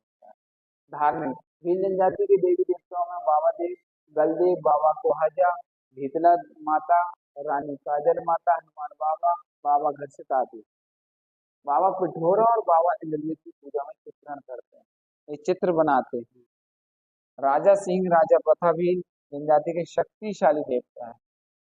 भील जनजाति प्रकृति को ईश्वर रूपी दृष्टिकोण से पूजती है और प्रकृति के प्रति बड़ा उनका लगाव, आस्था होती है, ठीक है। भील जनजाति, भील जनजाति में दोहा, भगोरिया, गरबी, कहरवा, टोड़ा, पड़वा, दागला, घोर, बड़े आदि नृत्य शामिल है। कालबेलिया, घूमर, भेरे नृत्य भी प्रचलित है, ठीक है। ये आप देख लेना, आप स्मरणीय तक। भील नृत्यों का गजरा ढोआ नृत्य को कहा जाता है। भील वनों को काटकर, जलाकर राख युक्त भूमि पर कृषि करते हैं और चिमाता कृषि कहते हैं। क्या करते हैं, भील जंगलों में पेड़ों को काटते हैं, जो अपनी खेती करने लायक होती है वहां पर काटते हैं, और उसमें जो घास फूस पत्ता होता है उनको सबको जला देते हैं, सुखा करके जला देते हैं, और वहां पर जो कृषि करते हैं, खेती करते हैं, एग्रीकल्चर का कामकाज करते हैं, उसको चिमाता कृषि कहते हैं। गोल गधेड़ों विवाह भीलों का प्रेम विवाह कहलाता है। और गोल गधेड़ों विवाह को क्या कहते हैं, लव मैरिज या प्रेम विवाह कहते हैं। और भीलों के मकानों को कूल, निवास स्थान को फाल्या कहते हैं। जल संरक्षण से संबंधित हलवा परंपरा भीलों की प्रसिद्ध परंपरा है। ये जल संरक्षण करते हैं क्योंकि खेती के लिए, कृषि के कार्य के लिए, सिंचाई के लिए ये काम करते हैं। सहरिया जनजाति, कौन सी, सहरिया जनजाति, ठीक है। मध्य प्रदेश की विशेष पिछड़ी जनजातियों में सहरिया, भारिया और इस तरह की जनजातियां होती हैं, तो उसमें ही सहरिया जनजाति है। शाब्दिक अर्थ सहचर, हरिया, शेर अर्थात शेर का सहचर। ठीक है, हरिया मतलब शेर, शह मतलब शेर और सहचर शेर के का सहचर, शेर के साथ रहते हैं या रह सकते हैं। कनिंगम के शहरिया जनजाति का सवर सहरा सौरव नाम से पुकारा। कनिंगम कोलेरियन समूह की जनजाति है। किंवदंती के अनुसार सहरिया ब्रह्मा जी द्वारा रचित प्रथम मनुष्य। किंवदंती के द्वारा, आप देखो, सहरिया ब्रह्मा जी द्वारा रचित प्रथम मनुष्य है, क्योंकि पहले आपको पता है वनों में रहता था आदि मानव। आदि मानव कहाँ रहते? वनों में रहते थे। प्राचीन काल के जो मानव थे, मनुष्य था, वो कैसा था? वनों में घुमंतु प्रवृत्ति का था। ठीक है, ये आया वन, पहले जो कैसा था? ये आया वन, ये आया वन मतलब घुमंतु, स्थायी निवास निवास नहीं था, घुमंतु था। एक आज यहाँ पर तो कल कहीं पर कुछ खाने पीने का नहीं था।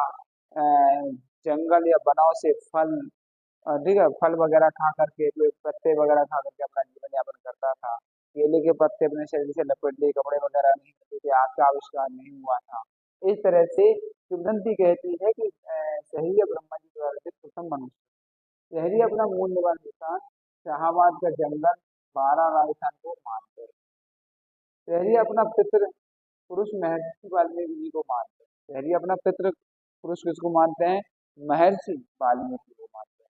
शहरी जनजाति का विस्तार मुख्यतः श्योपुर, मुरैना, भिंड, ग्वालियर, शिवपुरी, गुना, दतिया, अशोकनगर तथा आंशिक रूप से दमोह, सागर, टीकमगढ़, छतरपुर में पाया जाता है। ये पूरा बुंदेलखंड वाला रीजन हो गया है।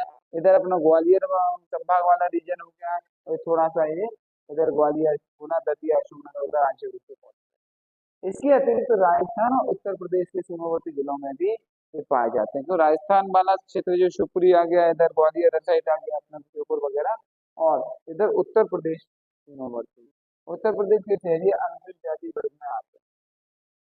ठीक है, समतल क्षेत्र पर निवास स्थान जिसे शहराना कहते हैं, जहाँ पर शहरिया लोग रहते हैं। ठीक है, और उस मोहल्ले, उस कॉलोनी को सहराना कहते हैं। क्या कहते हैं? सहराना कहते हैं। और घास फूस से बने मकान को टापरी, टापरी और शहरियाओं की बसाहट उल्टे यू आकार में तीन ओर से घिरी रहती है। उल्टे यू आकार में तीन ओर से घिरी रहती है। एक साइड का दरवाजा होता है, बसाहट के बीच में एक अतिथि गृह होता है। अतिथि गृह होता है जो बंगला कहलाता है, और बसे होते हैं, इस बीच में अतिथि गृह होता है, जिसको यजमान या मेहमान गृह कहते हैं, और उसको फिर अतिथि गृह कहते हैं, और जो बंगला के नाम से जाना जाता है। तो ये बंगले से परिचित है। सामाजिक जीवन, सामाजिक जीवन इनका सामाजिक पितृसत्तात्मक सामाजिक व्यवस्था है। पितृसत्तात्मक सामाजिक व्यवस्था है। एकल परिवार का प्रचलन है। शादी के पश्चात निकट ही अन्य टापरी का निर्माण करते हैं। जैसी शादी हुई और आसपास कहीं टापरी बना लेते हैं, और टापरी में ही फिर अपने अलग होकर के रहने लगते हैं। और 97 प्रकार के गोत्र रहते हैं। गोत्र टोटम पर आधारित रहते हैं। संगोत्रियों को सहोदर कहा जाता है। अब जो संगोत्रीय एक जैसे गोत्र होते हैं, उनको सहोदर कहते हैं। खान पान में ज्वार, बाजरा, मक्का, मांसाहार का सेवन करते हैं। गर्भवती स्त्रियों हेतु कई रीति, शमशान घाट नहीं जाती है, कुआ पर, नदी घाट आदि की मनाई रहती है। जो स्त्रियां कैसी होती हैं कि गर्भवती होती हैं, उनको शमशान घाट पर नहीं जाने नहीं दिया जाता है, कुएं पर नहीं, नदी घाट पर नहीं जाने दिया जाता है। शिशु जन्म पर बहन को विशेष रूप से आमंत्रित किया जाता है। और जब शिशु जन्म होता है, बच्चे का जन्म होता है, गर्भवती के प्रसव के दौरान, ठीक है, और उसके बाद जन्म के दौरान, जन्म के बाद फिर बहन को आमंत्रित करते हैं। आर्थिक जीवन, रसेल लाल के अनुसार सबरों का मुख्य कार्य वनोपज इकट्ठा करना व कृषि। जंगल से जड़ी बूटियों का संग्रहण करते हैं। इस जनजाति के लोग जड़ी बूटियों की विशेष पारखी होते हैं, इनको अच्छी परख होती है। जंगल की जो जड़ी बूटियां होती हैं, उनको अच्छी जानकारी होती है, परख होती है, और इसमें माहिर होते हैं। एक तरह से वैद्य का काम करते हैं, जड़ी बूटियों से अपना कुछ इलाज वगैरह भी और बना लेते हैं और जानते हैं कि तो जड़ी बूटी कहाँ पर काम आए। शहरियों का धार्मिक जीवन, शहरियों का धार्मिक। शहरी जनजाति पर सबसे अधिक हिंदू धर्म और संस्कृति का प्रभाव पड़ा। हिंदू देवी देवता ब्रह्मा, शिव, सूर्य, चंद्र, नदी, पर्वत आदि की पूजा करते हैं। प्रमुख देव देवता भवानी, दूल्हा देव, ठाकुर देव, भैरव देव, नहार देव और भूरथ कारक देव, दुनिया देव, हीरामन देव, विजयसन माता, केला माता, कंकाली माता। इस तरह के इनके देवी देवता होते हैं जो हिंदू देवी देवता होते हैं। जादू टोना तंत्र मंत्र में विश्वास करते हैं।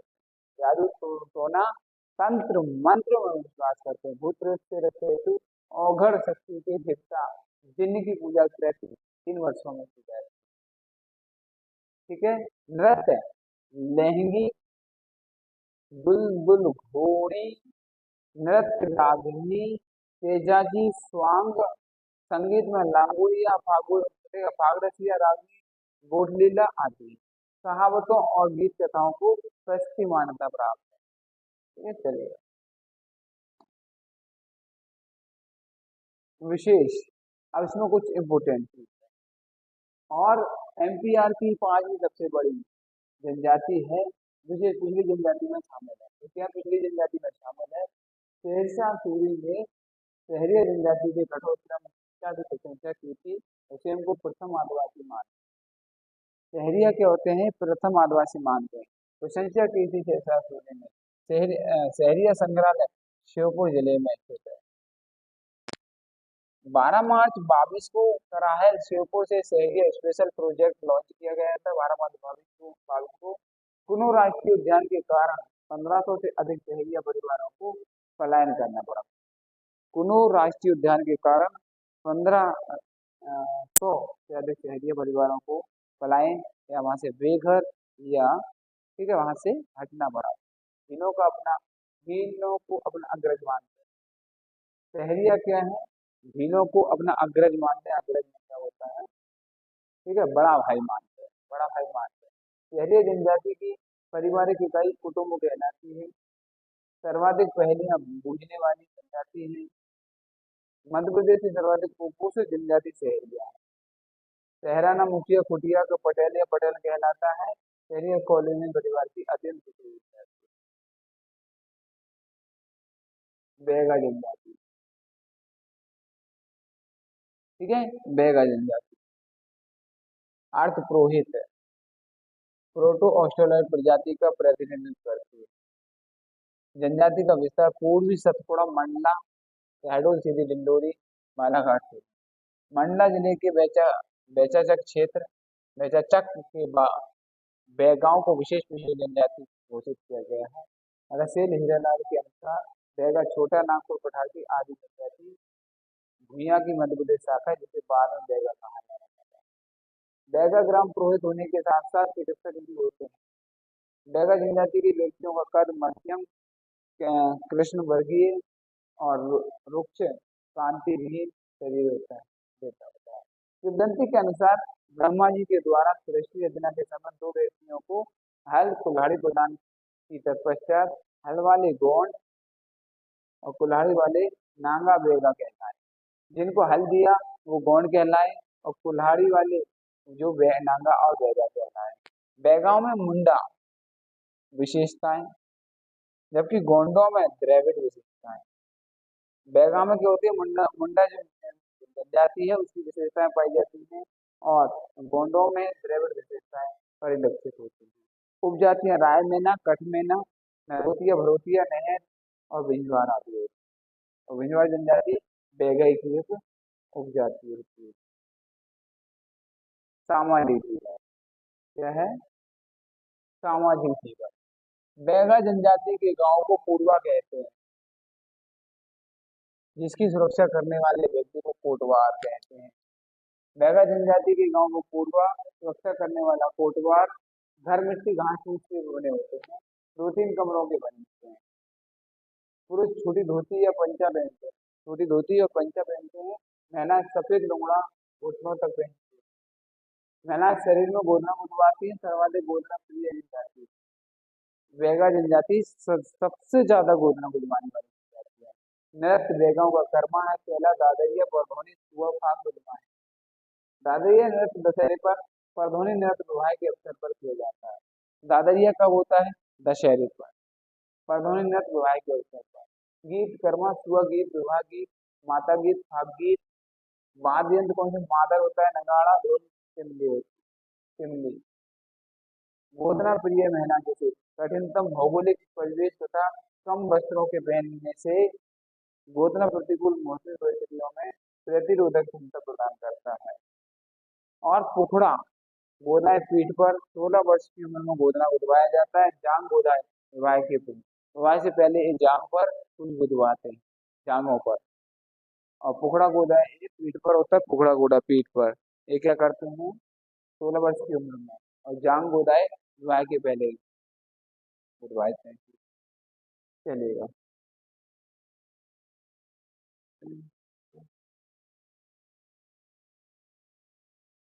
बोरी गोदाएं वहां से कोहनी तक, ये वहां से लेकर, बाहों से लेकर कोहनी तक होता है।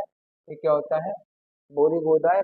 पछाड़ी गोदाएं जांग के आगे वाले भाग पर, जांग का आगे वाला भाग होता है, जांग का आगे वाला भाग, ठीक है। जांग होती है, जांग का आगे वाला भाग होता है, उसको बोला जाता है पछाड़ी गोदाएं। और छाती गोदाएं वह उपरांत स्तनों को छोड़कर, आप क्या करती हैं, जो महिलाएं होती हैं उनके जो स्तन होते हैं उसको छोड़ करके छाती पर पूरे यहाँ ये सब पर गोदना गुदवाती है, ठीक है। छाती गोदा। बैगाओं में गोदना व गुदवाना निर्धनता का प्रतीक माना जाता है। और पितृवंशी पितृ सत्तात्मक समाज है। बैगा जनजाति में परिहार परिहार संबंधित, ठीक है, नातेदारी की व्यवस्था पाई जाती है। गोत्र ध्रुवी, मरकाम, टेकाम, नेताम, मरावी। इन सुने होंगे आपने, मरकाम, टेकाम, नेताम, मरावी, ये सब किसके हैं? फिर गोत्र होते हैं। गोत्र गोदम पर आधारित होते हैं। बैगा स्त्रियों के रजस्वला होने को मोरमेली होना कहा जाता है तथा प्रसव के समय माईबला नामक वैद की जड़ चबाती है, जिससे प्रसव आसानी से हो जाता है, ठीक है, कहा जाता है मुंडन। बैगाओं में लड़का लड़की में भेद नहीं मानते हैं, सब एक जैसे होता है, लड़का हो लड़की हो, बिल्कुल सही है, जरूरी नहीं है। विवाह वह गोत्रीय होता है, इसमें चढ़ विवाह, लमचने विवाह, धैर्य विवाह, घुसपैठ विवाह, बुरावट विनिमय विवाह आदि विवाह होते हैं। पुनर्विवाह को समाज द्वारा स्वीकृत प्राप्त है द्वारा पुनर्विवाह किया जाता है। मृत्यु के तीसरे दिन, ठीक है, सिजल दावन व 10वें दिन दशकर्म किया जाता है। आर्थिक जीवन, आर्थिक जीवन कृषि, वनोपज संग्रहण, पशुपालन, कंदमूल, तेंदुपत्ता, गोंद, लाख, शहद, ठीक है, मोहिलाई, छाल, रस्सी निर्माण आदि का कार्य करते हैं। बैगाओं द्वारा की जाने वाली झूम खेती को व्यवहार या पोंडू नाम से जाना जाता है। बैगा जनजाति धरती के को माँ इसलिए हल नहीं चलाते। बैगा जनजाति धरती को माँ मानते हैं और यहाँ पर वे कभी भी हल से जुताई नहीं करते। धार्मिक जीवन, जादू टोना भूत प्रेत में विश्वास करते हैं। बैगा क्या है? जादू टोना भूत प्रेत में बहुत विश्वास करते हैं। देवी देवताओं के पुजारी को भूमिका कहते हैं। भूमिका, देवी देवता बूढ़ा देव निवास ताल वृक्ष के नीचे ठाकुर देव होता है। ठाकुराइन माई बाग देव, बूढ़ी माई, ठीक है, गांव गुसाइना। कुल देवता नारायण देव और दूल्हा देव होते हैं। कुल देवता कौन होते हैं? नारायण देव और दूल्हा देव होते हैं। विशेष इंपोर्टेंट है, देखिए कुछ बताने वाला वे, वेरियर एल्विन ने अपनी पुस्तक द बेगा में लिखा है। तो एक प्रश्न यहाँ पर बनेगा, द बेगा किसने लिखी? तो आप बताएंगे वेरियर एल्विन ने। बेगा पुस्तक किसने लिखी है? द बेगा पुस्तक वेरियर एल्विन ने। और बेगा आदिम जनजाति, आदिम जनजाति है और एकांत में रहना पसंद करती है। जो बेगा है वो कैसी आदिम जनजाति है? प्राचीन जनजाति है, एकांत में रहना पसंद करती है। मंडला जमीन की सीमा संबंधी विवाद का बैगाओं द्वारा किया गया निपटारा गोंडों का मान होता है। और बैगा जनजाति स्वयं को जंगल के राजा प्रथम माना मानते हैं। बैगा जनजाति स्वयं को जंगल के राजा मानते हैं और प्रथम माना मानते हैं। और बैगा जनजाति शेर को अपना अनुज मानते हैं, शेर को अपना भाई या छोटा भाई मानते हैं। तो सुषेण वेद को अपना पूर्वज मानते हैं।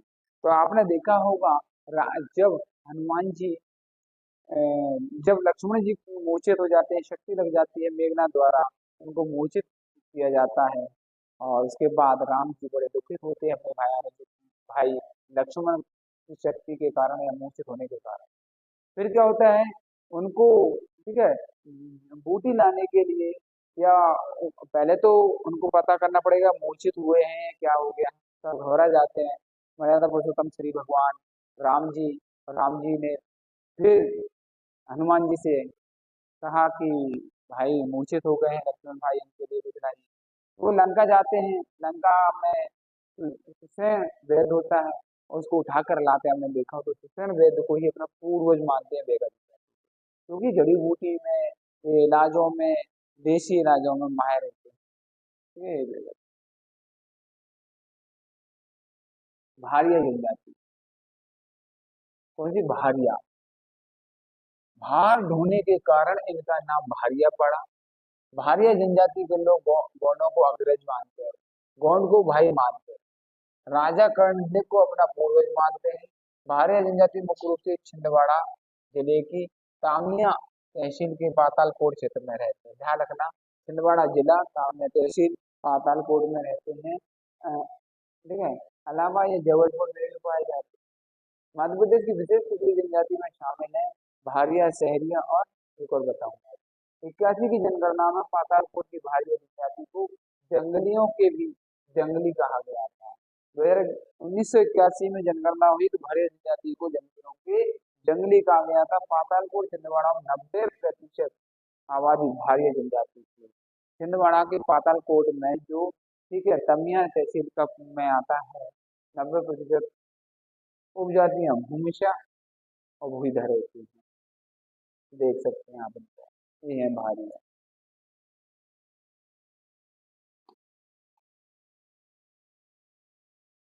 सामाजिक जीवन, इसकी बात करते हैं, सामाजिक चलेगा। समाज टोटम पर आधारित है, समाज टोटम पर आधारित है। भारियाओं में संगोत्रीय विभाग बनते हैं, और भारिया जनजाति साल के पेड़ की जड़ों की पूजा करते हैं, जबकि गोंड जनजाति द्वारा ऊपरी भाग की पूजा की जाती है। भारिया जनजाति साल के पेड़ की जड़ होती है उसकी पूजा करते हैं, और इस साल वृक्ष के ऊपर की भाग की पूजा करते हैं। कौन कौन कौन? कौन जनजाति। पर्व बिदरी पूजा, नवाखानी, दिवाली, यात्रा। नत भड़म सैतम कर्मा सैला, सैला भड़म सैतम, आर्य देवता, दूल्हा देव, बूढ़ा देव, बड़ा देव, ठीक है, ठाकुर देव, नारायण देव की पूजा करते हैं। विशेष बड़ा विवाह, भारिया जनजाति में मृतक व्यक्ति के लिए मिट्टी के चबूतरे पर मंडप के नीचे पत्थर रखकर किया जाने वाला अनुष्ठान। रंगभंग भारिया जनजाति का युवा ग्रह है। धाना भारिया जनजाति का निवास स्थान। भारिया जनजाति में चूड़ी प्रथा प्रचलित है। भारिया इविडियम परिवार की जनजाति है। द्रविडियन करिएगा, माफी चाहूंगा, इविडियम नहीं होता, द्रविडियन, द्रविडियन, ठीक है। भारिया जनजाति द्रविडियन परिवार की, या कोलेरियन या द्रविडियन, तो ये द्रविडियन परिवार की। विशेष रूप से कमजोर जनजाति समूहों के प्रमुख मुद्दे। पीवीटीजी में शहरी जनजाति की आबादी सबसे अधिक, सेटन लीज 40 की आबादी सबसे कम। पर्यावरण संरक्षण, जनजातीय अधिकारों को कायम रखने के बीच संघर्ष जारी। यह समुदाय आधुनिक बीमारियों के प्रति अधिक संवेदनशील है, जिससे विनाश की संभावना बढ़ जाती है। आर्थिक सामाजिक संकेतों का निम्न होना, शहरी जनजाति का कुपोषण अधिक होना, निवास स्थान के संसाधनों के दोहन से जनजातीय जीवन शैली का विस्तार, शिक्षा स्वास्थ्य के संसाधनों तक पहुंच का अभाव, तो इनके लिए बहुत ही प्रमुख मुद्दे हैं, तो यहाँ तक पहुंचाना चाहिए।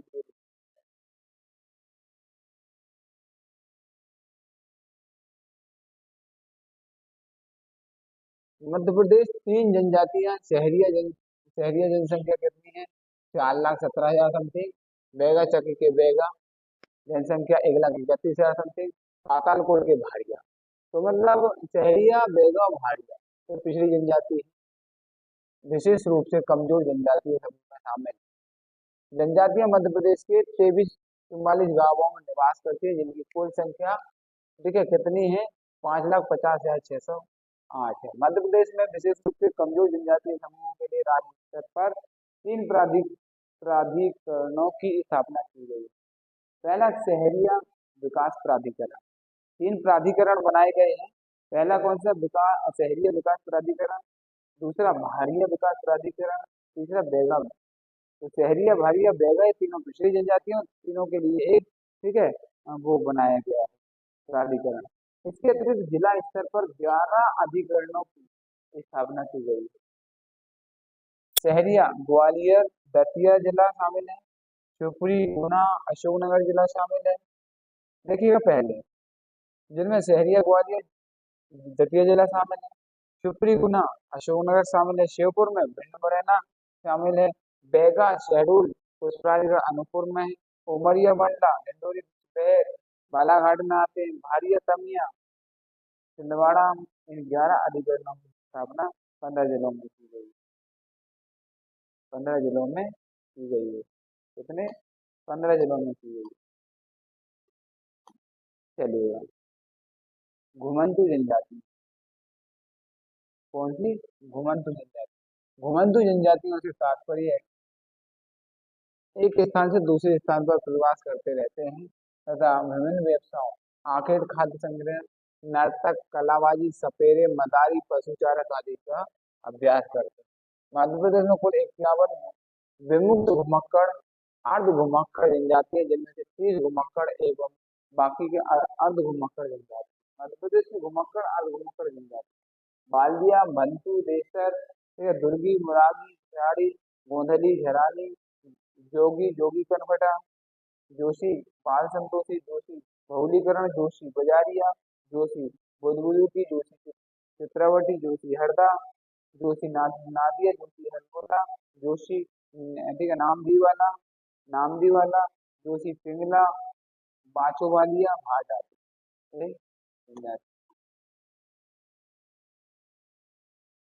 इस तरह से ये नाम है, आप पढ़ सकते हैं, काम में इतना ज्यादा नहीं पूछेगा, ठीक है। तो पशुपालक होता है रहवाड़ी गोलर गोलम गोलम, धन्यवाद, देख लेना, आपको इतना ज्यादा, ठीक है। चलिए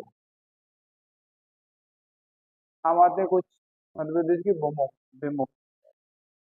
अभी हमने घुमंतु पढ़ी थी बहुत सारी, अब पढ़ते हैं विमुक्त।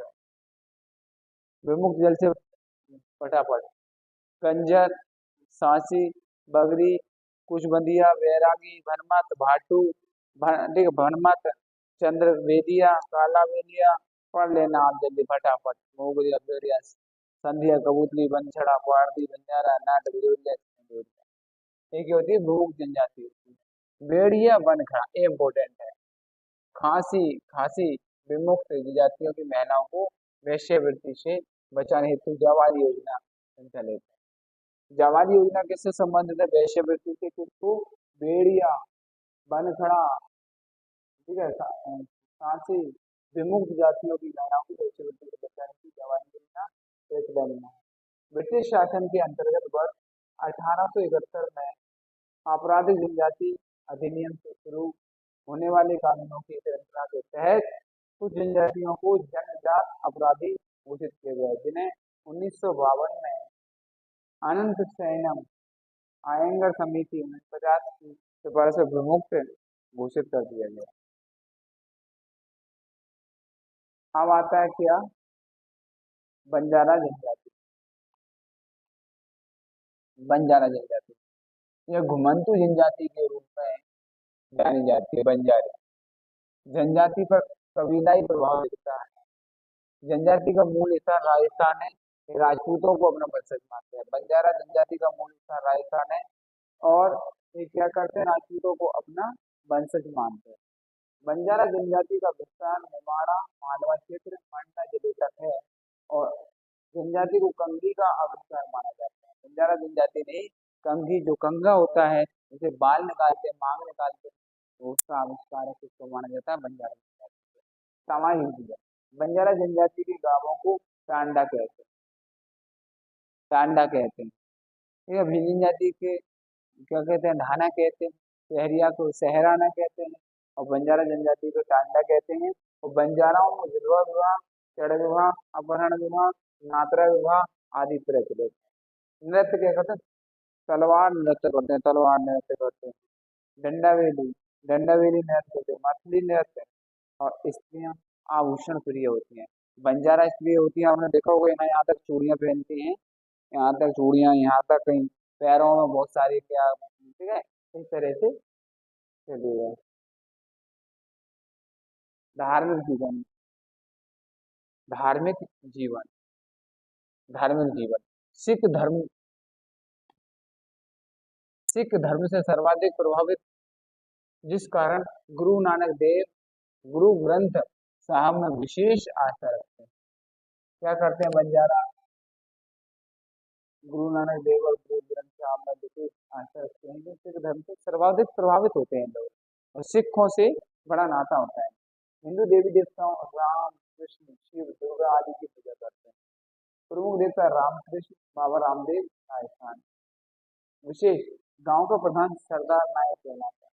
बंजाराओं, बंजारा जनजाति होती है, उसका गांव का प्रधान होता है, मुखिया होता है, उसको सरदार कहते हैं। इसमें सर्वाधिक श्रृंगार प्रिय होती है। उड़द की दाल के प्रयोग को शुभ मानते हैं बंजारा। लाखा बंजारा इसी समुदाय से है, जिनके नाम पर सागर जिले में स्थित है। लाखा बंजारा सर्वाधिक प्रिय यह इसी समुदाय से है, जिनके नाम पर सागर में झील है। व्यापारिक कार्य करने वाले बंजारे बारिश कहलाते हैं। और बंजारों की भाषा बंजारी भाषा कहलाती है। ठीक है, इस तरह से आप एक बार पढ़ लेना। जनजातियों को दिए गए नाम। अनुसूचित जनजाति भारतीय संविधान द्वारा दिया गया प्रथम बार, भारतीय संविधान द्वारा दिया गया प्रथम बार का नाम दिया गया अनुसूचित जनजाति। साइमन कमीशन ने कहा, ठीक है, साइमन कमीशन। गिरिजन कितने का, महात्मा गांधी इन जनजातियों को कहते हैं गिरिजन। गिरिजन भगवान के जन, गिरि मतलब भगवान, गिरि पिछड़े हिंदू कहा जाता है, GS। ठीक है, बुरी पहाड़ी जनजाति, पहाड़ी जनजाति किसने कहा, जॉर्ज गियर्सन ने। जॉर्ज गियर्सन कहते हैं पहाड़ी जनजाति, जो जनजाति है उनको पहाड़ी जनजाति जॉर्ज गियर्सन ने कहा। Das and Das, doctor Das and Das ने विलीन मानवता कहा। और काका कालेलकर और ठक्कर बापा ने इनको आदिवासी कहा। ठक्कर बापा और काका कालेलकर ने आदिवासी कहा। विलीन मानवता डॉक्टर दास एंड दास ने कहा। पहाड़ी जनजाति जॉर्ज गियर्सन ने कहा। महात्मा गांधी ने कहा। पिछड़े हिंदू कहा। ठीक है, इन्होंने। और इस तरह से चलिएगा। घुमंतु जनजातियों की सामान्य समस्याएं क्या है, चलिएगा। सामान्य समस्याएं क्या है, सामान्य समस्याएं। जिलेवार अधिकृत जनसंख्या की जानकारी का अभाव। जिलेवार इनकी पूरी जनसंख्या का की जानकारी नहीं मिलती है कहीं से। शैक्षणिक अवसरों का साक्षरता प्रतिशत का नहीं था। शैक्षणिक जो योजनाएं हैं, अवसर हैं, तक नहीं पहुंच पाते हैं, या ये उस तक नहीं पहुंच पाते हैं। साक्षरता दर 1% अंदर नहीं कम होता है। आवास और स्वच्छता संबंधी समस्याएं रहती हैं। आवास संबंधी, स्वच्छता संबंधी समस्याएं रहती हैं। स्थायी आजीविका करना होना, इनकी कोई भी आजीविका, कारोबार, व्यवसाय, रोजगार स्थायी नहीं होता है। अधिकांश आबादी का गरीबी रेखा से नीचे जीवन यापन करता है। सामाजिक रूप से अलगाव होता है, इस समाज से थोड़ा सा कहते हैं, जो सामाजिक प्रणाली है उससे अलगाव रहता है। पुनर्वास की समस्या रहती है। सरकारी योजनाओं व कार्यक्रमों तक पहुंच सुनिश्चित न होना। तो इस तरह से इसलिए जनजातियों पर ज्यादा ध्यान दिया जा रहा है। इस बार मध्य प्रदेश लोक सेवा आयोग ने 10वीं यूनिट के रूप में जनजातियां जो चैप्टर रखा है, यूनिट रखी है। 10 नंबर यहाँ से पूछे जाएंगे। जनजातीय समूहों पर शोध चल रहे हैं, रिसर्च चल रहे हैं, बुक्स आ रही हैं।